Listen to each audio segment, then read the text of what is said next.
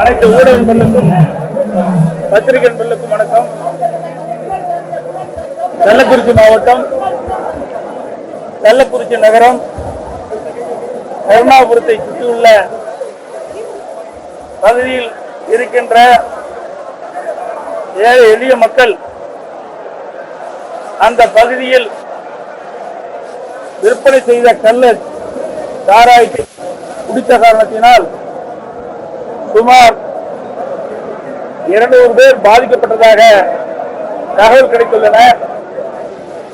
இந்த கள்ளச்சாராயம் பருகி இறந்தவர்கள் இதுவரை 36 பேர், மருத்துவமனையிலே சிகிச்சை பெற்று வருவதுடைய எண்ணிக்கை சுமார் 133 பேர். இன்னும் பல பேர் இந்த கள்ளச்சாராயம் பருகி பாதிக்கப்பட்டதால் என்ற தகவல் கிடைத்திருக்கின்றன. பாதிக்கப்பட்ட ஒவ்வொருவராக மருத்துவமனையிலே இன்றைக்கு சேர்க்கப்பட்டு வருகிறார்கள். இந்த கள்ளச்சாராயம் விற்ற பகுதி கள்ளக்குறிச்சி நகரத்துடைய மைய பகுதி. இந்த கள்ளச்சாராயம் விற்பனை நடைபெற்ற பகுதிக்கு அருகில் காவல் நிலையம் இருக்கின்றது. அங்கே நீதிமன்றம் இருக்கின்றது. அதோடு இந்த கள்ளக்குறிச்சி மாவட்டம் தலைமையிடமாக இருக்கின்றது. மாவட்ட காவல்துறை கண்காணிப்பாளர் இங்கேயே இருக்கின்றார். மாவட்ட ஆட்சித்தலைவரும் இருக்கின்றார்கள். உயர் அதிகாரிகளும் இருக்கின்றார்கள். இன்றைக்கு காவல்துறை சேர்ந்த அதிகாரிகளும் இந்த கள்ளக்குறிச்சி நகரத்திலே இருக்கின்ற இந்த சூழ்நிலையில் இந்த கள்ளச்சாராய விற்பனை இன்றைக்கு விற்ற காரணத்தினால் அந்த கள்ளச்சாராயத்தை பருகியவர்கள் இன்றைக்கு 36 பேர் இறந்திருக்கின்றார்கள். இது வேதனையான சூழ்நிலை. அது மட்டுமல்ல, இன்றைக்கு பாதிக்கப்பட்டவர்கள் புதுச்சேரி ஜிப்டர் மருத்துவமனை, கள்ளக்குறிச்சி அரசு பொது மருத்துவமனை, விழுப்புரம் அரசு பொது மருத்துவமனை, சேலம் அரசு பொது மருத்துவமனை, இந்த மருத்துவமனையிலே சேர்க்கப்பட்டு இன்றைக்கு பாதிக்கப்பட்டவர்களுக்கு சிகிச்சை அளிக்கப்பட்டு வருகிறது. ஆனால் நேற்றைய தினம் நான் தஞ்சை மாவட்டத்தில் சென்றது பொழுது மாலை 3 மணி அளவுக்கு எனக்கு கிடைத்த செய்தி, இந்த கள்ளச்சாராயம் குடித்து 3 பேர் இறந்திருக்கின்றார்கள். பல பேர் சிகிச்சை பெற்றவரால் மருத்துவமனை செய்தி கிடைத்தது. ஆனால் இவ்வளவு அதிகமான பேர் கள்ளச்சாராயம் குடித்து இறந்த செய்தி மிகுந்த வேதனையும் வருத்தத்தையும் அளிக்கிறது. இவர்கள் அனைவருமே காலனியை சேர்ந்தவர்கள், ஏழைகள். இப்படிப்பட்ட பகுதியில் இவ்வளவு அதிகாரிகள் இருக்கின்ற மாவட்ட தலைநகரத்தில் காவல் நிலையத்திற்கு பின்புறமே கள்ளச்சாராயம் விற்கப்படுகிறது சொன்னால் இந்த ஆட்சியுடைய நிர்வாகம் எப்படி இருக்கும் என்பதை எண்ணி பார்க்க வேண்டும்.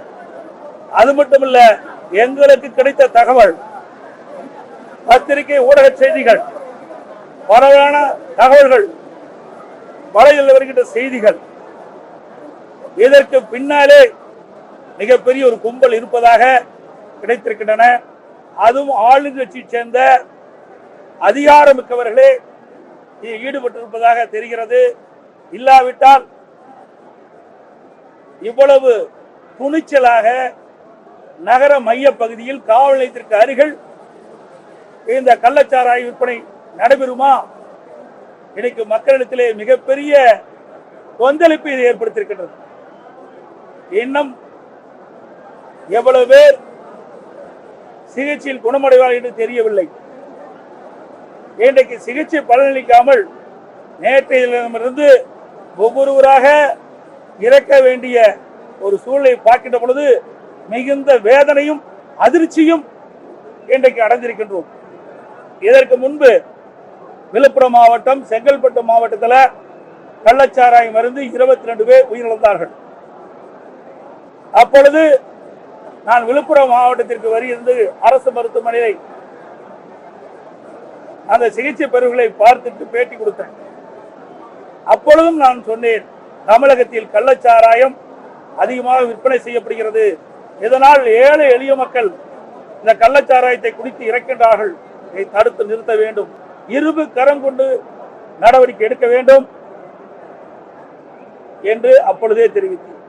அப்பொழுதும் ஆளுங்கட்சி சேர்ந்தவருடைய அதிகார பலமிக்கருடைய ஆதரவோடு தான் இந்த கள்ளச்சாராய விற்பனையும் ஈடுபட்டதாக ஊடகத்திலும் பத்திரிகையும் செய்து வந்துள்ளன.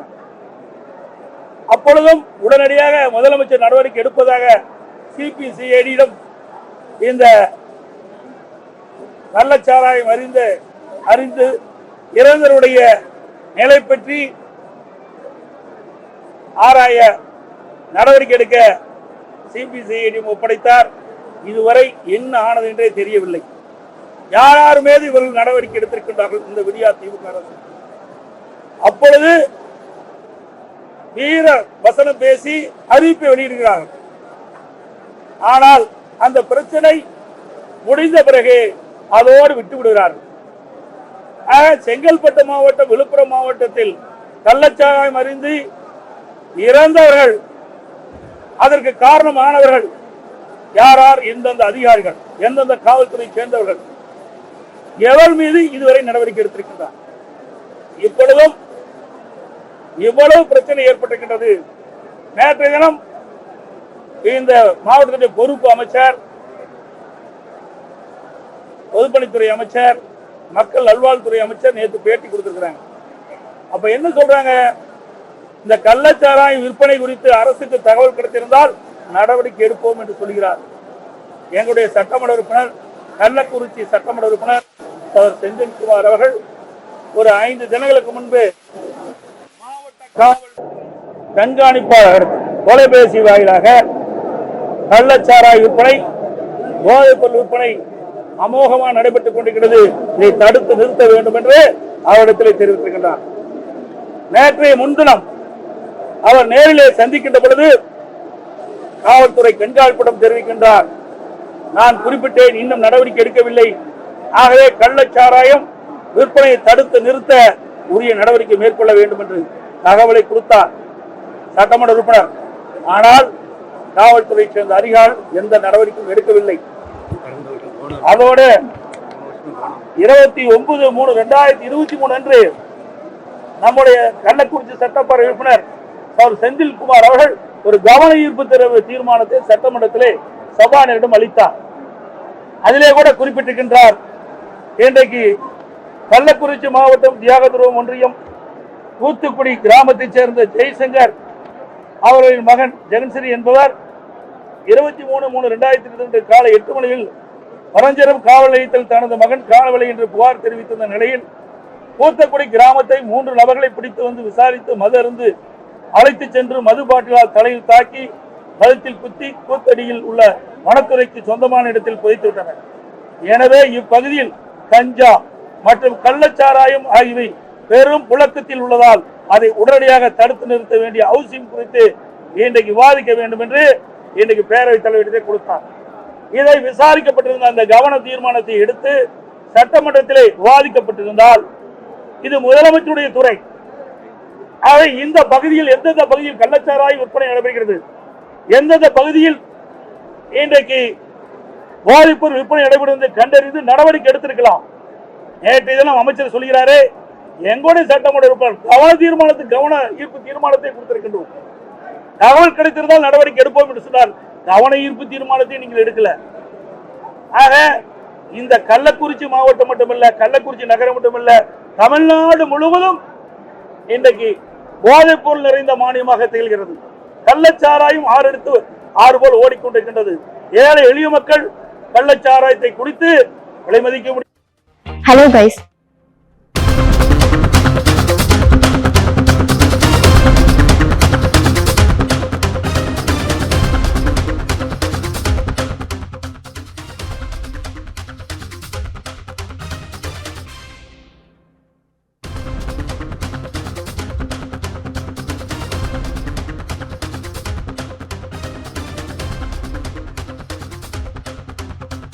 சந்து கடையில் விற்பனை செஞ்சிருக்கிறாங்க. இதை உடனே அரசுடைய கவனத்திற்கு கொண்டு சென்றோம். உடனே இந்த விடியா திமுக அரசுடைய முதலமைச்சர் சம்பந்தப்பட்டவரை கைது செய்யாமல் அதில் வேலை பார்த்த வடநாட்டு தொழிலாளர்களை அதற்கு கைது செய்து கண் துடைப்பு நாடகம் எடுத்துட்டார். இதுக்கு பின்புலம் திமுக கட்சி சேர்ந்த நிர்வாகிகள் தான் பின்புலமாக செயல்பட்டுக் கொண்டிருக்கின்றார்கள்.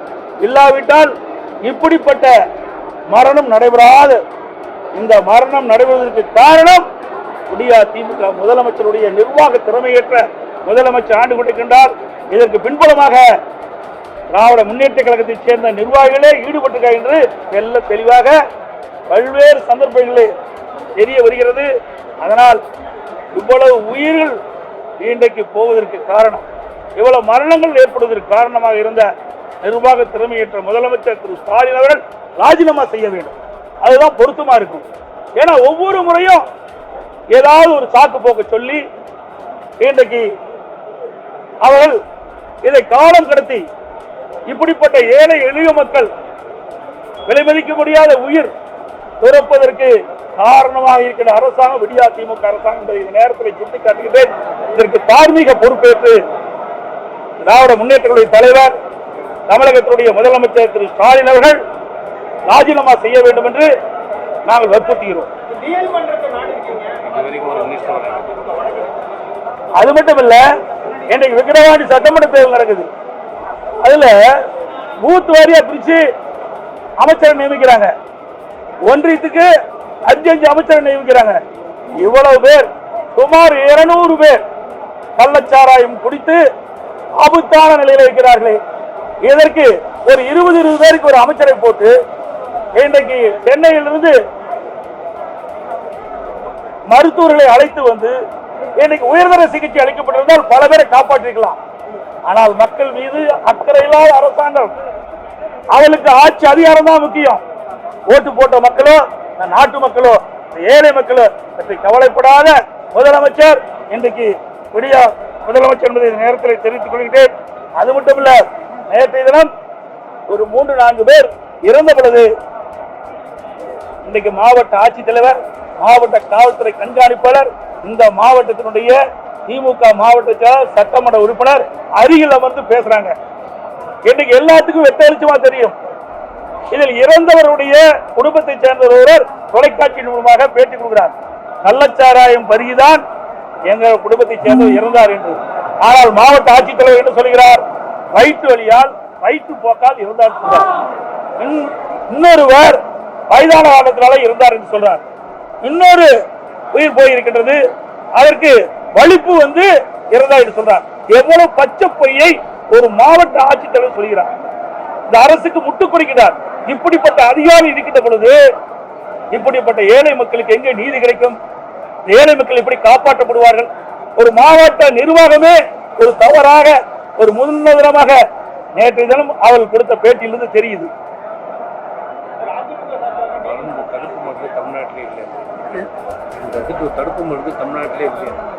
அது மட்டுமல்ல, அதிமுக ஆட்சியில கள்ளக்குறிச்சி மாவட்டத்தை நாங்கள் அறிவித்தோம்.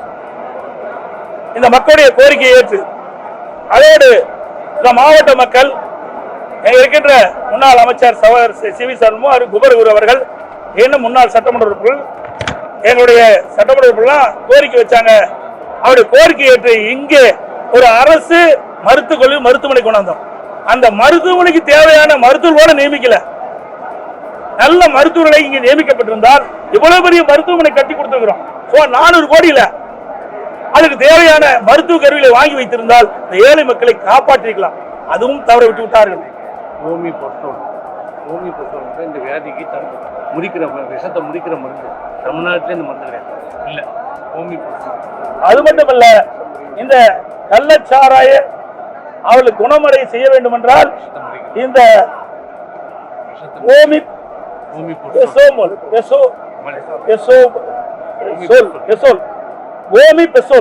என்ற மருந்து இதுக்கு இருந்தால் இந்த விஷச்சாராயம் அறிஞர்களை குணப்படுத்திருக்க முடியும். அதுவும் தமிழ்நாட்டில் எந்த மருத்துவமனையும் இல்லை.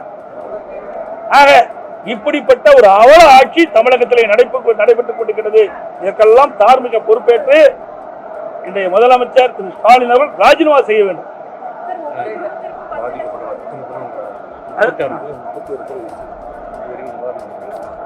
அதோட இன்னைக்கு கள்ளச்சாராயம் பிடித்து இறந்தவர்கள் குடும்பத்திற்கு எனது ஆழ்ந்த இரங்கலையும் வருத்தத்தையும் தெரிவித்துக் கொள்வதுடன் மேலும் மருத்துவமனையில் சிகிச்சைக்கு அனுமதிக்கப்பட்டு சிகிச்சை பெறுகின்றவர்கள் எல்லாம் உள்ள இறைவனால் அவர்கள் பூர்ண நலம் பெற வேண்டும் என்று நேரத்தில் தெரிவிச்சுக்கிறேன். அது மட்டும் இல்லாம ஒரு குடும்பத்தை சேர்ந்தவர் அவருடைய தாய் தந்தை 2 பேருமே இருந்துட்டாங்க. அவருக்கு 3 குழந்தைகள் இருக்கின்றது. ஒரு பெண் குழந்தை அதுக்கு +1 படிக்குது, 11ஆவது படிக்குது. இரண்டாவது 2 மகன்கள், ஒன்று 9ஆவது படிக்கிறாங்க, ஒன்று 8ஆவது படிக்கிறாங்க. 3 பேரும் அவருடைய முதிர்ந்த பாட்டியோடு தான் வசிப்பதாக இருக்கின்ற சூழ்நிலை இருக்கின்றது. ஆகவே அது பெற்றோர்களை இழந்து வாரிடும் இந்த குழந்தைகளுக்கு அனைத்து இந்திய அண்ணா திராவிட முன்னேற்ற கழகம் அனைத்து உதவிகளும் செய்யும். அவருடைய கல்வி செல்வை அரசாங்கமே என்னுடைய கட்சியை அதிமுக கட்சி ஏற்றுக்கொள்ளும். அது மட்டுமல்ல, இந்த குழந்தைகளுக்கு 10 ஆண்டுகளுக்கு இந்த குடும்பத்திற்கு மாதந்தோறும் 5000 ரூபாய் அனைத்து இந்திய அண்ணா திராவிட முன்னேற்ற கழக கட்சி வழங்கும். அதே போல அரசாங்கம் இன்றைய தினம்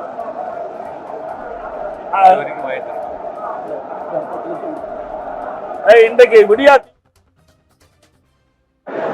விஷசாராயம் குடித்து இறந்தவர்களுக்கு குடும்பத்திற்கு தலா 10 லட்சம் அறிவித்திருப்பதாக செய்திகள் தெரிவிக்கின்றன. உண்மையா? சரி, எனக்கு வரும்போது கிடைச்ச தகவல் அறிவிச்சிருக்காங்களா? இது போதாது, அத்தனை பேரும் ஏழை குடும்பத்தை சேர்ந்தவர்கள். அதனால ஒவ்வொரு ஒவ்வொரு குடும்பத்திற்கும் அந்த ஏழை குடும்பத்தை சேர்ந்த காரணத்தினால் அவருடைய உழைப்பால் தான் அந்த குடும்பம் வாழ வேண்டிய சூழ்நிலை இருக்கின்ற காரணத்தினால் இது 10 லட்சம் போதாது, அதை உயர்த்தி ஒவ்வொரு குடும்பத்திற்கும் 25 லட்சம் ரூபாய் வழங்க வேண்டும் என்று இந்த அரசுடைய கவனத்தை கொடுக்கிறேன். அதோட இதுல தகுதியானவர்கள் இந்த குடும்பத்தில் இருக்கிறவர்களுக்கு ஏதாவது ஒரு வேலை அவர்களுக்கு இறந்த ஒரு குடும்பத்திற்கு வழங்க வேண்டும் என்றும் கோரிக்கை வைக்கின்றோம்.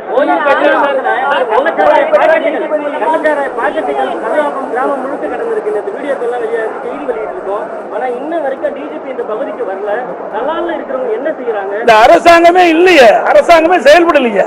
ஏன்னா எல்லாமே இன்னொன்னு சொல்ல வேண்டியது பொருத்தமா இருக்கு நினைக்கிறேன். பொதுக்குழு கூட்டத்தில் திரு ஸ்டாலின் பேசுறார், நான் இரவில் தூங்கி காலையில் கண் விழிக்கின்ற பொழுது எங்க கட்சி நிர்வாகிகளால் என்ன பிரச்சனை ஏற்படுமோ என்று அவரே சொல்லியிருக்கார் பொதுக்குழு கூட்டத்தில். அப்படின்னா கட்சி அவர் கட்டுப்பாட்டில் இல்ல. அதனாலதான் அவர் கட்சி சேர்ந்த நிர்வாகிகள் இவ்வளவு ஆட்டம் போடுறாங்க. இன்றைக்கு மக்களை வாட்டி வதைக்கின்றார்கள் இந்த திமுக கட்சி சேர்ந்த நிர்வாகிகள், உயர் பதவியில் இருக்கின்றவர்கள். ஆகவே இதற்கெல்லாம் ஒரே தீர்வு, திரு ஸ்டாலின் ராஜினாமா செய்யணும்.